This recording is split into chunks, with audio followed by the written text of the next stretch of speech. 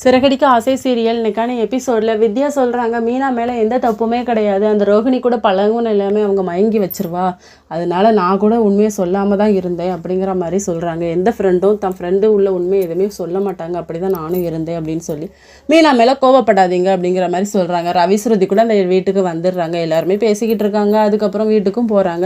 வீட்டுக்கு போனதுக்கப்புறமா விஜயவன் திட்டுறாங்க, இந்த மூதேவி என்னைக்கு வந்தாலும் அன்னையிலேருந்து தான் பிரச்சனை அப்படின்னு சொல்லி, நீங்கள் தான் நத்த அவளை கூட்டிகிட்டு வந்தீங்க, நான் என்ன பண்ண முடியும்னு சொல்லி மீனா சொல்லும்போது, நீ வந்ததுக்கப்புறம் தாண்டி இவ்வளோ ப்ராப்ளம் அப்படிங்கிற மாதிரி திட்டிக்கிட்டே தான் இருக்காங்க.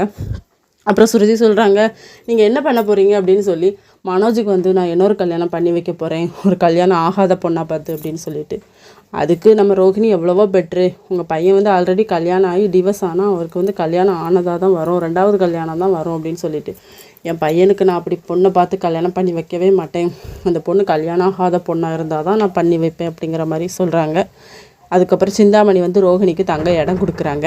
நான் உன் மாமியார் வீட்டுக்கு போவேன், நீனும் வரணும், அங்கே உங்கள் மாமியார் வந்து ஒன்று திட்டுவாங்க, அதை நான் வீடியோ எடுத்தேன்னா பிறகு வந்து உனக்கு டைவர்ஸ் ஆகும்போது கோர்ட்டில் வந்து எதுவும் கேட்டாங்கன்னா நம்ம ஆதாரமாக கொடுக்கலாம் அப்படிங்கிற மாதிரி சொல்லுவாங்க.